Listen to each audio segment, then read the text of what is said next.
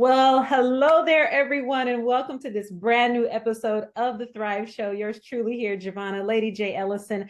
Listen, you all, I cannot begin to tell you how excited I am right now. I was telling my husband this morning, I feel like a lifelong dream has come true. The fact that I am able to interview this incredible woman who I'm getting ready to introduce to you.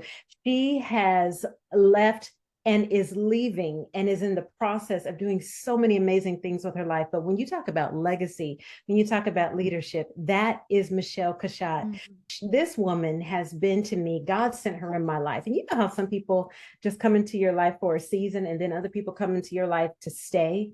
Well, I am truly a believer that she came into my life to stay even before she knew she was in my life to stay. Because when my mom got the cancer diagnosis, her book, and I'm holding it up right here, it's called Undone. Now, she's written several books, but this is the book. It's called The Story of Making Peace with an Unexpected Life.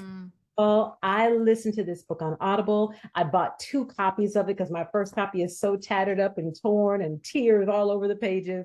But listen, I want to get into her. So she's an experienced communicator. She speaks nationally, internationally to audiences of all ages, all backgrounds. She's previous books. I talked to you about Undone, but she also has her most recent book, and it's called A Faith That Will Not Fail. Listen, she is a 3-time head and neck cancer survivor. When you talk about someone who knows how to fight, when you talk about someone who knows how to persevere, you're going to hear from her in just a moment about all of that. She's a parent of children from hard places. Oh my gosh, her story is phenomenal. And she is a reluctant expert of trauma, pain, and the deep human need for authentic connection and enduring faith. Her husband, Troy, she and her husband, Troy, share a blended family of six, including biological children, stepchildren, and foster adopt children. And they live on 8 acres outside of Denver, Colorado. Michele, welcome into the Thrive Show. I am so happy to be here. This is the highlight of my day, and I wish we could extend it for hours and hours, but I'm sure your audience would not like to hear us talking for that long. But I'm just thrilled to be with you, my friend. Oh my gosh, thank you so much. So talk to us a little bit about when you started writing Undone, the place you were in. You had gotten the cancer diagnosis. Talk a little bit about that journey. The people that are listening are leaders, high achievers, and they, have experienced their own undone life. Just kind of talk about that background first. Yeah, well, for 2 decades now or longer, I've been making my living as a communicator, a content creator, and a coach to communicators. So I help people develop signature presentations, TED Talks, that kind of stuff. And so really my specialty is not only being a speaker myself, but then training speakers. Wow. And in the middle of all that, and by the way, I was on tour with a national organization going to 14 different cities around the United States. I was on a different platform in a different arena every single weekend. Wow. I was a co-host with Michael Hyatt of his podcast, which was very, very popular. This Is Your Life with Michael Hyatt. So I was his co-host, millions of downloads, So my voice is really important to me. And I was really on the up in my career. I was doing really, I was kind of hitting that inflection point where I was like, I've made it. This is amazing. And in the middle of that, in the middle of the tour, in the middle of those first couple of seasons of doing the podcast with Michael, I found out that I had squamous cell carcinoma of the tongue for the 3rd time. And I had had it a few years before, but it was cancer caught early, relatively minor. But by the 3rd time, they had to do a 9-hour surgery, remove 2/3 of my tongue, my submandibular gland, a dozen lymph nodes, and then after doing some skin grafts and different things like that so I could eat and talk and drink again, they gave me a few weeks to recover and then started doing pretty serious, significant external radiation and chemotherapy. And without going into detail, when you start burning this part of your body from the head to the neck, it has some pretty serious consequences. And so not only did I lose my tongue and my former speech, but my vocal cords were burned and I have scar tissue and all that kind of stuff. And so the reason I share this is I was at like the pinnacle of my career, years and years of effort and work to build it up, to have a significant crisis, a life and death crisis that impacted the very mechanism of my success, right? Wow. You know, listening to that and hearing you say that, it just reminds me the power of resilience, your ability to bounce back, and you don't sugarcoat how hard it was. In fact, in the book Undone, you're very open and very candid, the journey that you went through. And I think that's one of the things people love about you, Michele. I know it's one of the things I certainly love, and that's your ability to just keep things real. So what do you say to someone who they are at that pinnacle, or they're in process of getting to that pinnacle, and then all of a sudden their life is interrupted? Either it's a phone call or a doctor's diagnosis, or some kind of something that they just didn't see coming. What? Like with your mom, right? Yeah. Where Yeah. you just feel wrecked. Something happens that you feel wrecked. Yeah. Well, the first thing I would say is if it hasn't happened to you yet, it's just a matter of time. And that sounds like really bad news, but like you said, I like to keep it real. Let's just be honest. Right. The human experience, the human existence is rife with opportunities for unexpected things to happen. You know, this sounds like such bad news, and it kind of is, but every day we live, we're one day closer to our death, and that's just reality. And having a sober awareness of that is so critical. And then even having the awareness that, you know, everything in this world is in some state of decay, right? It's not going to last forever. And so if it hasn't happened to you yet, it will. Now, for those of you who it has happened to you, I think it's so important to acknowledge this, simply to normalize human suffering. And not that we should accept it without a fight, not that we shouldn't try to counteract it, but suffering is part of the human condition. And I think those of us in Western civilization and privileged society forget that the vast majority of the world has a better take on suffering than we do as Americans, right? Yes, yes. So well said. In fact, you know, speaking of suffering, it's at this exact moment, my original business coach, who's very much like a father figure to me, is, fighting for his life and has diagnosed with stage 4 pancreatic cancer. It's no secret. And so that place of in between and, learning how to move on and carry legacy forward. It's a very difficult place to be in. Do you agree with this statement? I was reading a book by Arthur Brooks. I think Arthur Brooks and Oprah are coming out with a new book. Either they came out with it or it's in the process of coming out. Okay.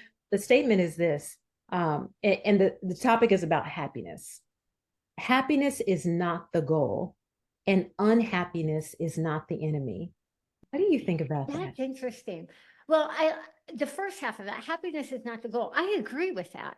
Right. If it's all about our happiness, we will be the most narcissistic, self-consumed people on the planet, which, by the way, there's no shortage of that, right? Say it. And we see those people out there and we don't like them, right? So happiness cannot be the ultimate thing. Not to mention happiness is like cotton candy. Once you have it, it dissolves in your mouth. And that's not everything, but unhappiness is not a terrible thing either. And I'm not entirely sure the context of that quote, but I can tell you that I have gained more, learned more, and experienced more of true goodness in places of unhappiness than I have in places of happiness. Oh, I love that. Because it's almost like you can see God's grace at work. Yes. You get to see his reality and his provision and his presence. And let me tell you, the only way, and this is where I'll start to get a little bit passionate, but the only way you and I start to really a flavor for and fully taste the goodness of God is when everything else has lost its flavor. Right? And so even though I'm not a masochist, I don't have any desire to invite hardship in my life. The reality is that when we're there is something so sweet and so good and so rich that can't be experienced any other place than in a place of deprivation and suffering. I love that so much, because what I hear you saying is that there is no happiness without unhappiness. Exactly. They are kind of like flip sides of the same coin. Exactly. If it was happiness all the time, Mm-hmm. it would lose its luster, right? But Mm-hmm. isn't Mm-hmm. that really what kind of this whole faith thing is about? That it is the lament and the joy. It is the Right. weeping and the celebration that Mm. actually enrich each other. So with that, the whole thing about happiness, happiness is not the goal, and how we can find so many pockets of joy within unhappiness. What do we tell the person who is in that in between the Mm, and the joy? They're not quite sure whether to weep. They're not quite sure whether to experience yeah. the joy. How do we help leaders who are in that in between moment? Mm. This will probably, some of you are going to want to kick me in the teeth. Are you ready? I'm just going to lay it out there. Yes. Good. Our, we tend to be too quick to quit. We, we have at our access so many things to numb ourselves and to deliver comfort that we fail to actually stay in the place of discomfort for long enough. Okay. So I want you to think about when you go to the gym. I have a workout that I do that really works on core strength and your kind of short muscle fibers to develop really good strength. And one thing that they tell me every time I work out is Mm-hmm. don't leave the pain too quickly. Stay with it. Stay Mm-hmm. with it. You actually have to stay in that place of discomfort long enough for those muscles to build up. That is, by the way, you talked about this earlier, that's the secret of resilience. The only way to develop resilience is actually to be in situations that require it. Okay. So for those of us as leaders, we so easily want to escape discomfort. And so we will avoid, or we will react, or we will do any number of things in order to avoid sitting in the place of tension. And so you asked, for the person that's in that lament and joy place, the tension of that, what my advice is sit there. Don't try to run away from it too quickly. Now, again, I'm not a masochist. I'm not saying to stay in a place of, horrific depression or abuse or anything like that. What I'm saying is just because it's uncomfortable doesn't mean it's bad. Just because it's uncomfortable. Do you hear that, everybody? Just because it's uncomfortable doesn't mean it's bad. God is stretching us. He's growing us into character. So what do we tell the person who can't sit still long enough to sit there long enough, not to run away from it because, oh, there's this client I have to get back to, and there's this launch I have to do, and there's these emails. How do we slow down? Not all, well, that's hard. I'm a high achiever and I move a lot too. Yeah. Sooner or later, you either slow down or your body will make you slow down. There is really no option. Okay. So you either proactively pay attention to your internal world, not just your external world, or eventually your body and your brain are going to have enough and they're going to force you to slow down. Ask me how I know. Okay. Yeah. So the reality is, and this is so hard for us because our external world, our clients, our busyness, our calendar, and trust me, I've got a full calendar. I get it. We all have stuff to do. Yeah. That seems to capture our attention because it's tangible. We can see it. We have a list, a to-do list that we have to check off. But the truth is that at some point in time, and this is kind of where I started, our life will come to an end and the intangible world is going to trump the tangible one, right? The next, our eternal souls, our internal self is going to last beyond that. And so are we going to invest into that part of ourselves as well? It's got to be as real to us as our Google Calendar and our appointments. I think that's one of the reasons why, in fact, I know that's one of the reasons why I'm so passionate about saying helping leaders and high achievers thrive in life and in business while keeping God first. And I say that intentionally because, like you said, we have to. One of the things my mom always taught us girls growing up was that only what you do for Christ will last. And of course, it took me some time to actually understand what that actually means. But having a firm, solid foundation to go on is so important. So I love what you're saying about this whole thing about how happiness is not the goal, unhappiness is not necessarily the enemy. When you think about happiness in a place of being undone, right? What are some of the elements that got you through. I mean, just the Mhm. whole story of from the cancer diagnosis to you going through consistent treatments to everything else to the littles that you adopted into your Yes. family to your own biological children. I mean, it's like so many balls in the air. Mhm, mhm. How did you juggle it all? Did you juggle it all? Sometimes I didn't juggle it very well. Let's just be clear, right? Right, And I right, think I'm still in progress. It's not like I had this perfect 1, 2, 3 plan and right. I just executed the plan. I wish it was that simple. Yeah, Life is far more complex than that. yeah. How did I do that? Well, it began with me personally. I had to get grounded in Mm, something other than myself, I like love. other than my own ability. Okay. Mm, And not everybody is a person of faith, and I get that. But for me, I need to have something bigger and stronger and more lasting than myself to yeah, anchor myself to. I yeah. make a comment and I said, a boat anchored to itself is Mm, not anchored at all. mm, Right. mm, And so if I wanted to be the kind of boat that could weather any storm, I needed to anchor to something other than myself. I needed to find a harbor. I needed to find solid ground, cement, something to anchor myself to. That is so critical. yes. Oh, I love The that. the other Oh, piece, and this is really important too, is it's one, I'm all about goals. I'm all about achievement. I love having things I'm aiming for and all of that. However, beneath all of this achievement, there has to be some kind of meaning or purpose, yes, yes. right? Viktor Frankl, in his book, A Man's Search for Meaning, talks about this.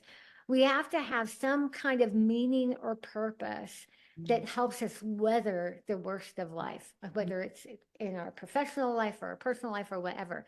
There mm, has to be some driving meaning and purpose. yeah. And part of that has to be more than just our own happiness. Exactly. One of the things that they talk about in the book about happiness is that there are three things that really help lead to that.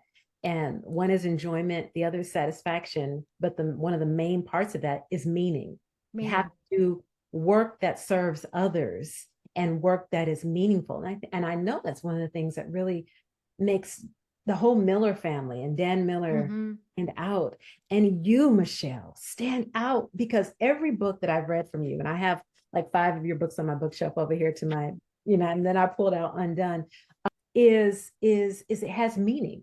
It has meaning where you realize it's not just about me. So that's the next question I want to ask you is when you wrote this, you had the foresight to see beyond yourself. How did you, in the midst of everything you were going on, a lot of people just internalize me, me, me, me, me. I'm going through, I'm going through, I'm going through. Did you find that you were intentional about ministering out, or did you find Mm. your words were healing for you as well? And then as a result of that, it ministered to others. Yeah, this is kind of the beautiful way that God created us. Is he creates us to need meaning and purpose, right? But he Yeah. also made us so we cannot do it without community, without each other. They are inextricably intertwined, right? They have to go together. And I think of God being part of the Trinity, right? That he operates in relationships. So why wouldn't we need that as well? And so, before even the cancer journey, I had had about 10 to 15 years of other significant losses and hardship. And I share about that in my book, Mm. Single Motherhood and all kinds of trauma in different relationships and things like that. And so through that process, God had taught me how much I actually needed people, but he had also showed me how, for sometimes when we go through something hard or we lose something, we try to capture what we had lost. Like we live in the past and we try to recreate what we once had. Right. And instead, part of my healing journey was God saying, you can't go back. You Mhm. can't go back to what once was. This is part of making peace with an imperfect life. Right. This is what is. Now, what are you going to do with this? And Mm. so he started to teach me to let go of what once was and embrace what is. And that's where I can connect with people. So, for example, by the time I lost my speech, it's really difficult to be a public speaker who talks funny. Right? There are all kinds of people. Just trust me when I say I've heard all kinds of criticisms about how I sound. I've Wow. heard it. But ultimately, I had to decide, I can't go back to what I had before. I will never be who I once was. So I had to decide, am I going to be the woman who talks funny? or Right. am I going to be the woman who has something to say? Oh, I love that. Right. Mm.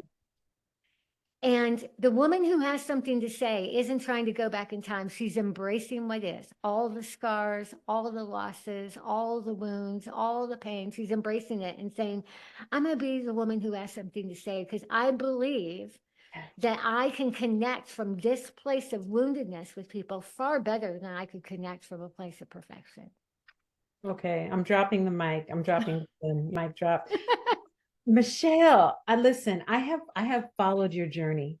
I have seen, I was a daily listener to This Is Your Life with Michael Hyatt. I mean, you have done so much work through the years. You have worked on yourself.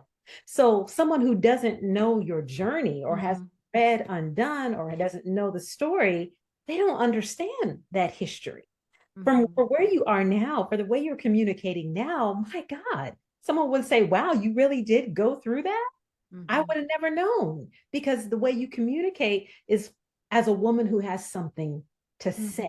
And you doing the work on yourself. What do you think it was that drove you? You know, I know you're a high achiever, you're a leader, but what was the thing that drove you to work on you?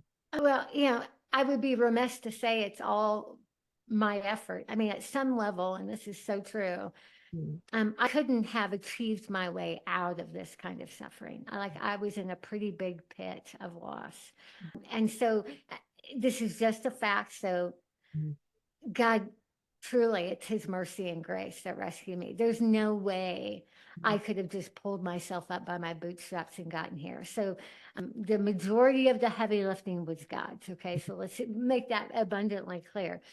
But how you get through, honestly, one day at a time. What drove me? A desire for the suffering to not be wasted. Okay.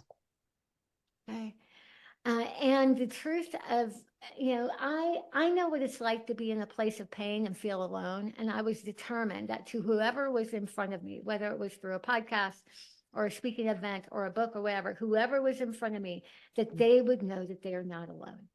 That was going to be my mission. I knew what it felt like to feel alone, and I was going to do everything I could to be the hands and feet of Jesus, to let people in front of me know that they are not alone. And that was what really drove me to try to be an expression of this gospel that saves me. And that gives meaning to losses, right? For those of you who are listening, it is painful to talk. Okay.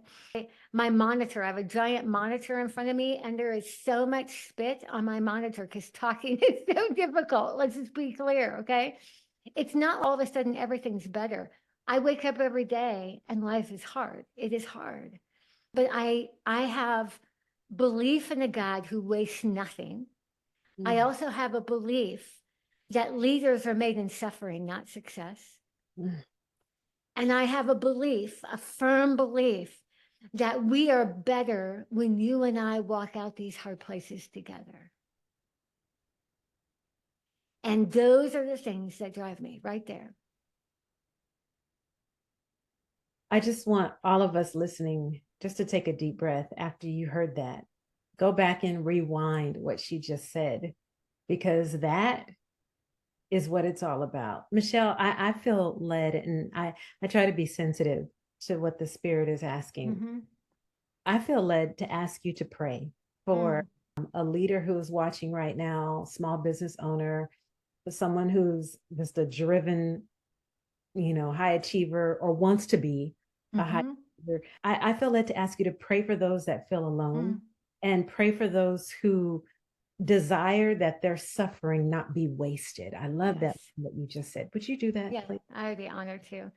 Father God, you have said that we are the light of the world, and yet there are some of us right now that are going through so many hard things that our light has gone dim. We just don't, we just feel like we have nothing left to give. And we're confused because we thought we were on the right track. We thought we were following you, and then it seemed like the world turned upside down, and we just feel a bit lost. And so I pray for those right now, those leaders who are worn out, who don't feel like there's much light shining anymore, who feel confused about their future or direction, God. And this is what I pray in this moment. I don't pray that they get new strength to earn their way out of this. I don't pray that they just muscle up and hold themselves up by their bootstraps and work harder. God, I pray that you meet them in that place.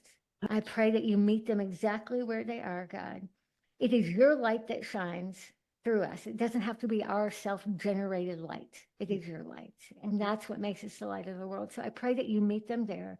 And that in this moment, they would give up trying to achieve, and they would give up trying to prove, and just receive your presence, your love, your comfort, your compassion in this place, God, and that you would fill them from the tip of their toes to the top of their head. And then, God, I ask right now that you would give them a glimpse of how you can purpose through even this.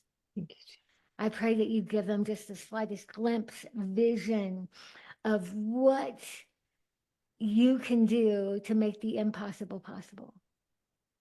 Thank you. And that just that little glimmer of hope and light, God, would just light a fire inside of them. Yes. God, you, as long as we are breathing, you are not done with us yet. And so I pray that you would strengthen the faith of the leaders that are listening right now, that you would rejuvenate, relight the fire within, and that you would heal and restore and empower for whatever lies ahead, so that we can run our race well all the way home. In Jesus' name. In Amen. Jesus. Amen.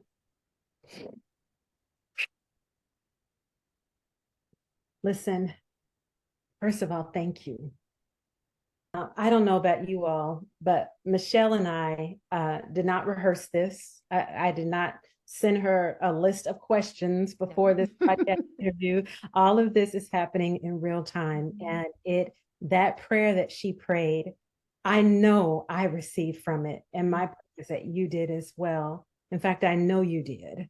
So, Michele, thank you for sharing your heart. Thank you for sharing just the genuine love that I feel coming from you and your resilience. Listen, my final question to you today is, you've had, they said we all have heroes in our life. Is there a particular hero that has helped shape you into who you are today? Oh my goodness. Several. Yeah. One of those is, and this is a recent one, but Dr. Timothy Keller, who passed recently of pancreatic cancer. Yeah. My dad was diagnosed and he passed from pancreatic cancer back in 2014. And Tim Keller had pancreatic cancer, and you've been talking about Dan, who does as well. But what I appreciate about Pastor D. Keller is that he spoke to people in both corporate spaces as well as ministry places. He was intelligent, he was articulate, but at the end of the day, everything for him came back to belief in the good news. It's what made him such a tremendous leader. And he walked out really, really hard things with wisdom and clarity, but he did it also with a true humility about the truth that he knew he was dependent on God for his every breath. So as he led from a place of dependence, and that dependence led to confidence and clarity in how he led.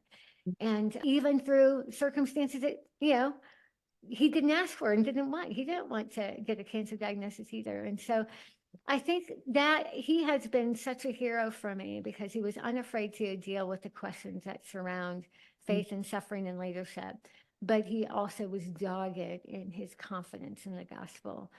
And that's been, a light on the path for me. And then you and I, Savannah, we get to turn around and be, hopefully, by God's grace, a light on the path for other leaders, right? That's what we do. We shine a light. It's what Hebrews 11 talks about in Hebrews 12, that therefore, since we are surrounded by such a great cloud of witnesses, we press on, right?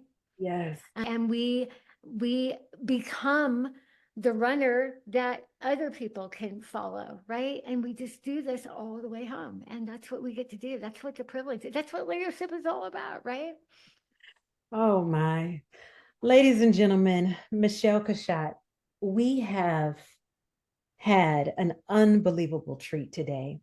I would that you would share this episode with as many people as you possibly can. Share the podcast, share the YouTube. Let's get this in front of as many eyeballs as we possibly can so that they too can hear the message of change that has come from her. Michele, in our final wrap up together, are there any closing words that you want to leave, or give us a link of how people can connect with you and all the good stuff too? The easiest way to connect with me is my website. I'm an executive coach, and I have all kinds of free resources for people that are wrestling through their faith in hard places, whether professional, personal. My website is michelecushatt.com. Michele with one L, Cushatt with two T's. I'm sure you'll have it in the notes, so it's easy to find. All my socials are there and contact form and all of that. But the only final word is, and this is so important. Sometimes, you get to see someone on the other side of a hardship, right? So after 30 years, and you think I could never be like that. I want to make this very, very normal and bring everything down to earth. I am struggling and wrestling this thing out every day. I haven't arrived. Right? I have leadership challenges every day. I have insecurities that I deal with every day. I get in my own way sometimes, get in my own head sometimes. I am wrestling this out just like the rest of you. But we don't have to do it alone. We do it together. And that's what your podcast is so great for everybody, for us to kind of circle up and to walk this hard thing out together. Fantastic. Thank you so much, Michele. We will make sure to list everything that she listed in the show notes as well. Please make sure you go there, get signed up for her newsletter. Listen, you will be tremendously blessed. Michele has a gift, a rare gift of beautiful communication, not just in the way that she gives her words across, but also in her writing. You're going to be blessed if you pick up any of her material. So listen, thank you so much for watching. Until the next time, we'll see you later. Take care, everybody. And remember, where God guides, God provides. And where God directs, God protects. We'll see you next time.